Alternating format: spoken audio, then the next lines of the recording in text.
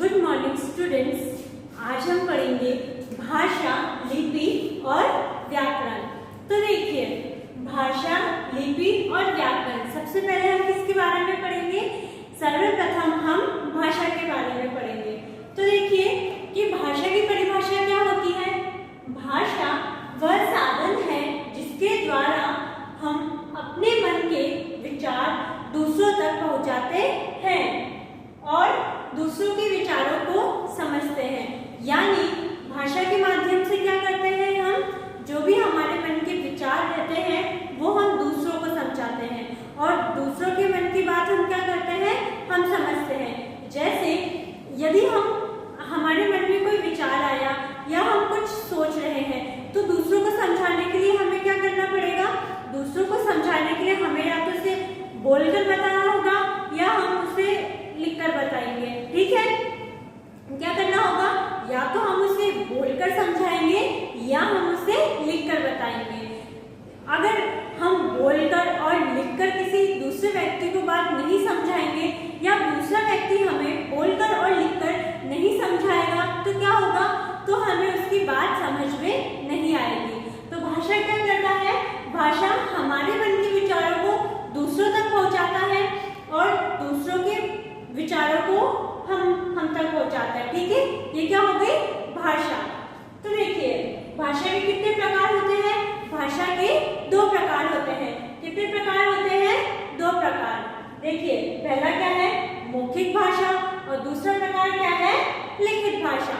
तो स्टूडेंट्स, क्या है कि जो मौखिक भाषा है उसमें हम क्या करते हैं? दूसरों को बोलकर समझाते हैं। कैसे? बोलकर। जैसे मैं अभी क्या कर रही हूँ? मैं अभी आपको बोलकर समझा रही हूँ, है ना? मैं पढ़ा रही हूँ आपको, तो मेरा साधन क्या है? बोलना। यानी जब मैं आपको बोलकर समझा रही हूँ तो ये कौन सी भाषा हो गई? मौखिक भाषा। क्यों? क्योंकि इसमें मैं बोल रही हूँ। क्या कर रही हूँ बच्चों? इसमें मैं बोल रही हूँ। तो ये हो गई मौखिक भाषा। अब हम दूसरे के बारे में पढ़ते हैं। दूसरा क्या है? लिखित भाषा। तो देखिए, इसमें मैंने क्या करा? इसमें मैं इस वीडियो में आपको बोलकर समझा रही हूँ और साथ में मैंने क्या करा है? मैंने यहाँ पर लिखा भी है। ठीक है, तो मैं जो भाषा का उपयोग कर रही हूँ वो मौखिक भाषा भी है और वो लिखित भाषा भी है। क्यों? क्योंकि ये सब मैंने आपको बोलकर समझाया है, लेकिन आपको अच्छी तरीके से समझ में आए इसलिए मैंने ये लिखा भी है। तो हमने मौखिक भाषा और लिखित भाषा दोनों का प्रयोग करा है। ठीक है, मौखिक भाषा में क्या करते हैं? मौखिक भाषा में हम बोलकर समझाते हैं और लिखित भाषा में क्या करते हैं? लिखित भाषा में हम किसी दूसरे व्यक्ति को लिखकर समझाते हैं। ठीक है, तो देखिए फिर से पढ़ते हैं भाषा के बारे में। देखिए, भाषा क्या होता है? अब आपको समझ में आ गया ना बच्चों?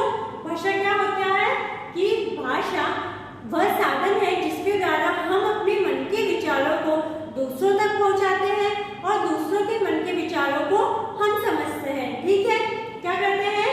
अपने मन के विचारों को दूसरों तक समझाते हैं। जैसे मैंने मन में सोचा कि वह लड़की कितनी सुंदर है। ठीक है, क्या सोचा?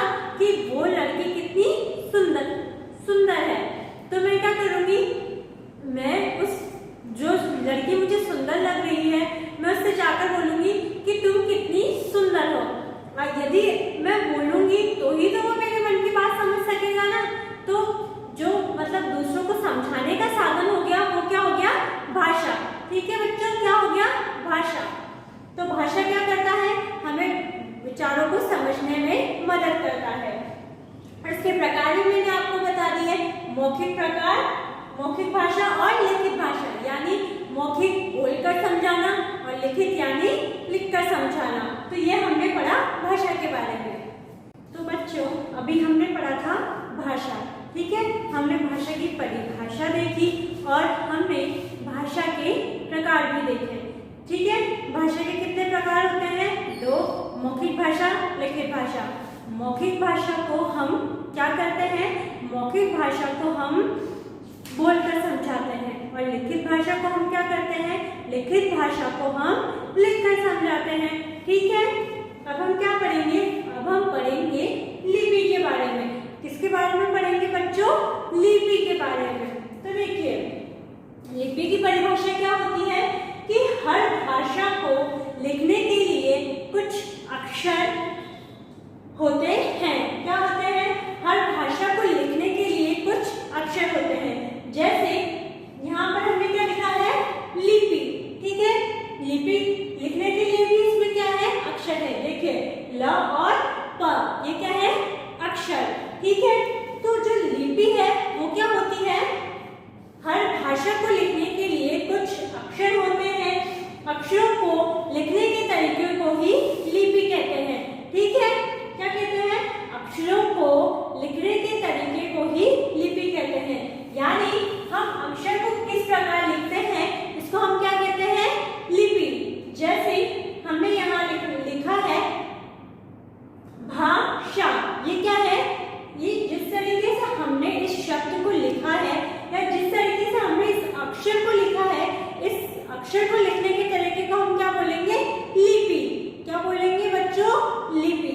ठीक है, आए समझ में कि जब भी हम कोई अक्षर लिखते हैं तो उसको जिस तरीके से लिखते हैं ना, उस तरीके को ही हम लिपि कहते हैं। क्या कहते हैं बच्चों? लिपि।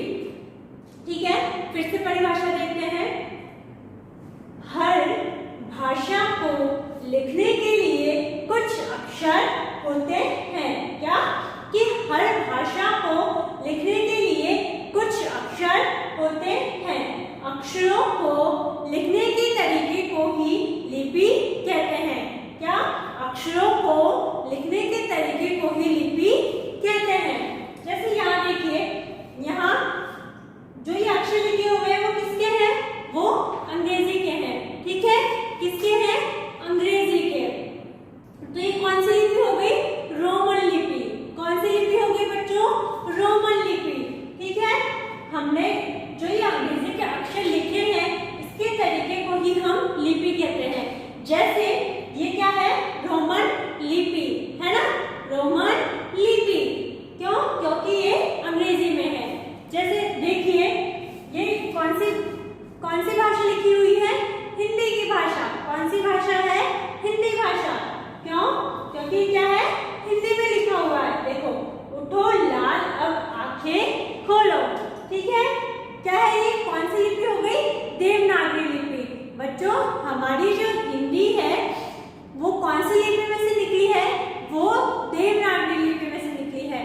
कौन सी लिपि में से निकली है? देवनागरी। कौन सी लिपि में से निकली है? देवनागरी लिपि। और जो अंग्रेजी भाषा है वो कौन सी लिपि में से लिखी है? वो रोमन लिपि में से लिखी गई है। ठीक है, तो देखिए, ये जो हमने जिस तरीके से लिखा है ना, इस तरीके को ही हम लिपि कहते हैं। देखिए, जैसे अगर हम किसी अक्षर को अंग्रेजी में लिखते हैं तो वो रोमन लिपि हो गई, और यदि हम किसी अक्षर को हिंदी में लिखते हैं तो वो देवनागरी लिपि हो गई। इसी तो बच्चों, अभी हमने पढ़ा लिपि। ठीक है, तो मैंने आपको क्या बताया? मैंने आपको बताया कि यदि हम किसी अक्षर को अंग्रेजी में लिखते हैं तो वो कौन सी लिपि हो गई? कौन सी लिपि हो गई? रोमन लिपि। और यदि हम किसी अक्षर को हिंदी में लिखते हैं तो वो कौन सी लिपि हो गई? देवनागरी लिपि। ठीक है, तो क्या है कि जब हम अक्षर को ऐसे लिखते हैं या जिस भी अक्षर को हम जिस प्रकार लिखते हैं, जिस तरीके से लिखते हैं, उस लिखने के तरीके को हम क्या कहते हैं? लिपि। ठीक, तो बच्चों, इससे पहले हमने क्या पढ़ा? इससे पहले हमने भाषा, लिपि, है ना? ठीक है, क्या पढ़ा था? भाषा और लिपि। अब हम क्या पढ़ेंगे? अब हम व्याकरण के बारे में पढ़ेंगे। तो देखिए, जिस विद्या से हम भाषा को शुद्ध रूप में बोलना सीखते हैं, वह लिखना सीखते हैं, उसे हम क्या कहते हैं? उसे हम व्याकरण कहते हैं। यानी ऐसी विद्या जो हमें भाषा को शुद्ध रूप में लिखना व बोलना सिखाती है, वह क्या कहलाती है? व्याकरण कहलाती है। क्या कहलाती है बच्चों? व्याकरण। जैसे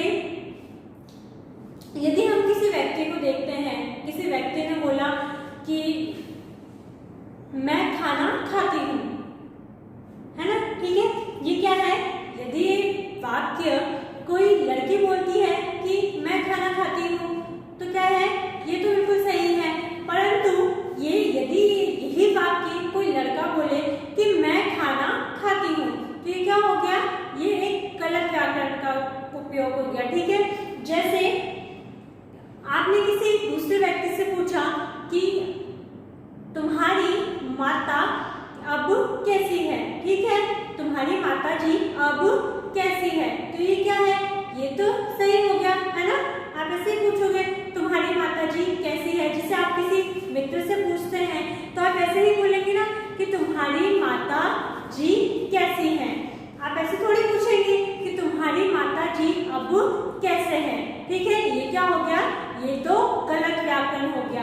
तो जो व्याकरण है वो हमें क्या करता है, वो हमें भाषा को शुद्ध रूप में बोलना और लिखना सिखाता है। क्या करता है, बोलना और लिखना। ठीक है, जैसे क्या है कि जिस विद्या से हम भाषा को शुद्ध लिखना व बोलना सीखते हैं वो क्या कहलाती है, वो व्याकरण कहलाती है। देखिए ये जो पूरा परिभाषा है इसको भी हम किस लिए ठीक से लिख पाए, क्योंकि इसको लिखते समय हमें व्याकरण का सही ज्ञान है। यदि हमें व्याकरण का सही ज्ञान नहीं होगा तो हम क्या करेंगे, हम इसको गलत लिख देंगे। ठीक है, क्या करेंगे, गलत लिख देंगे, है ना। और हमें चूंकि हमें व्याकरण का ज्ञान है इसलिए मैं इसको सही बोल भी पा रही हूँ और मैं इसको सही लिख भी पा रही हूँ। जिन व्यक्तियों को व्याकरण का सही ज्ञान नहीं होता वो क्या करते हैं, वो बोलते भी गलत है और लिखते भी गलत है। तो हमें किसी भी वस्तु, किसी भी भाषा को सही से लिखने के लिए क्या करना पड़ता है, हमें अच्छे से व्याकरण को सीखना पड़ता है। तो व्याकरण क्या करता है, व्याकरण हमें भाषा को सही ठीक प्रकार से यानी शुद्ध रूप में लिखना व बोलना सिखाता है। तो इस प्रकार बच्चों हमने क्या क्या पढ़ा, हमने भाषा, लिपि और व्याकरण पढ़ा। फिर से एक बार हम दोहरान कर लेते हैं कि भाषा क्या होती है। भाषा क्या करती है, हमारे मन के विचारों और भावनाओं को क्या करती है, दूसरे व्यक्ति तक पहुंचाती है और दूसरे व्यक्ति के मन के विचारों और भावों को हमारे मन तक पहुंचाती है। ठीक है, जैसे यदि हमारे मन में कोई भी विचार या भाव आया तो हम जब तक दूसरे व्यक्ति को बोलेंगे नहीं या क्या लिखकर नहीं बताएंगे तब तक तो व्यक्ति समझ नहीं सकता ना। जैसे आप किसी व्यक्ति के बारे में कुछ सोच रहे हैं तो यदि आप उसको सिर्फ देखते रहेंगे तो क्या है, वो आपकी बात नहीं समझ सकेगा। ठीक है, आपको क्या करना पड़ेगा, आपको उसे समझाने के लिए या तो बोलना पड़ेगा या लिखना पड़ेगा। ठीक है, ठीक है बच्चों। तो भाषा वो होती है जिससे हम अपने मन के विचारों को दूसरों को समझाते हैं। और जो भाषा है ना उसके भी दो प्रकार होते हैं, पहला मौखिक भाषा और दूसरा लिखित भाषा। यानी जब हम बोलकर समझाते हैं तो वो हो गया मौखिक भाषा और जब हम लिखकर समझाते हैं तो वो हो गया लिखित भाषा। इसी प्रकार हमने पढ़ा लिपि। देखिए लिपि क्या होती है कि किसी भी अक्षर को लिखने के तरीके को क्या कहते हैं, लिपि। यानी अक्षर जिस तरीके से लिखा जाता है उसे क्या कहते हैं हम, लिपि। जैसे यदि अंग्रेजी में लिखा गया तो वो क्या हो गई, वो रोमन लिपि हो गई। पंजाबी में लिखा गया तो वो क्या हो गई, गुरुमुखी लिपि। हिंदी में लिखा गया तो वो क्या हो गई, देवनागरी लिपि। ठीक है, और अभी हमने क्या पढ़ा, व्याकरण। व्याकरण क्या होता है कि हमें किसी भी भाषा को शुद्ध रूप में लिखना व बोलना सिखाता है। क्या करता है भाषा क्या होती है, मतलब व्याकरण क्या होती है कि जिस भी साधन से हम भाषा को शुद्ध रूप में बोलना व लिखना सीखते हैं उसे हम व्याकरण कहते हैं। इस प्रकार आज हमने भाषा, लिपि और व्याकरण पढ़ा। आप भी इनका दोहरान कीजिए और इन्हें अपनी कॉपी में भी करिए। धन्यवाद।